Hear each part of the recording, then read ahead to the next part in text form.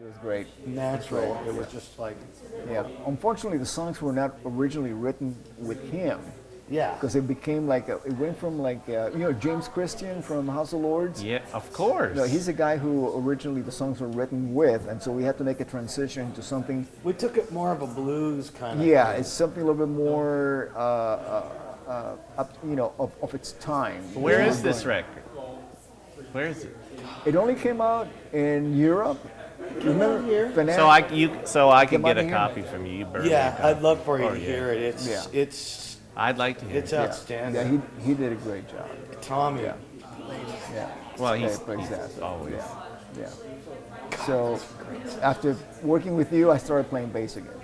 Oh, Rudy, you know So I really appreciate that. And you're in Deep Purple? that's the best Am compliment I? you could ever get. I might Who are you be. I'm playing? just. Are you playing with Dio? I might Who are you be. playing- You're right. Rudy's played with so many bands. I don't think he can actually I remember. He's might like- be. he's I, like I gotta check my emails. He's a funk brother.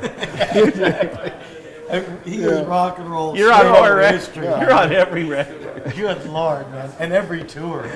It's Blue Oyster Cult. That's what I'm Blue Oyster Cult. Yeah. Oh, so you're doing I'm Burning going to for let you guys do Okay, your thing 'cause Tom. we'll hang Take out. out my forever. phone. All right, Tom. And I'll see Thank you in you. Vegas. I'm writing my number down for you. Yes, write it all down.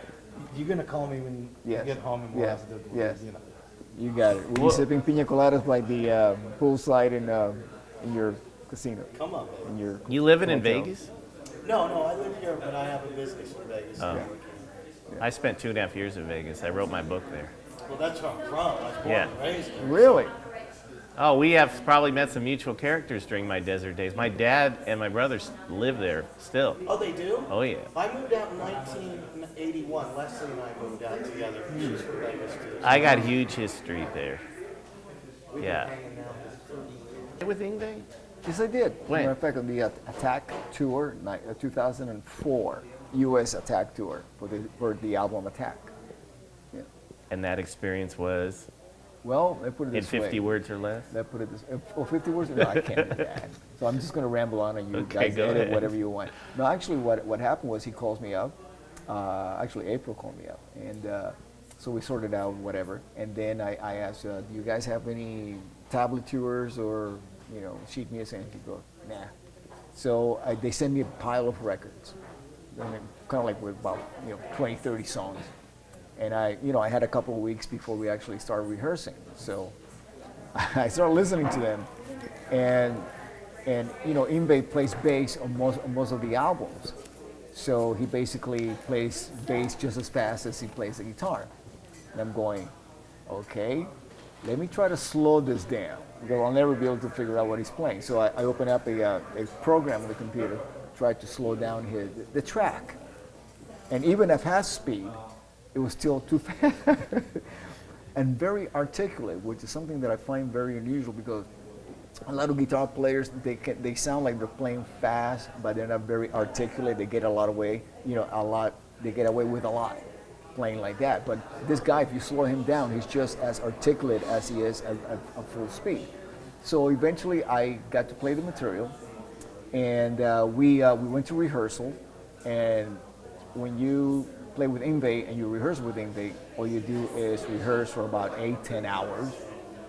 And so the first 2 hours we'll be working on the set. The other 6 hours we'll be playing Deep Purple and Rainbow Soul. It was like calling out all this stuff that, I've heard, but I don't know how to play it. Oh, don't worry, just follow along, So I really had a blast. What was really ironic for me is that I grew up in Florida. He's based out of Florida, Miami area. And I left Miami so I could play in rock bands because in the 70s, Miami turned into like a disco hell.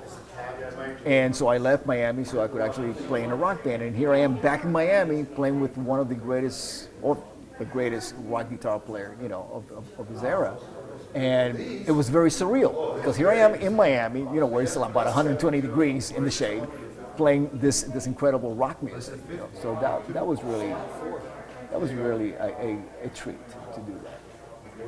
When you perform with an artist like him, it raises your talent. doesn't it? Yeah.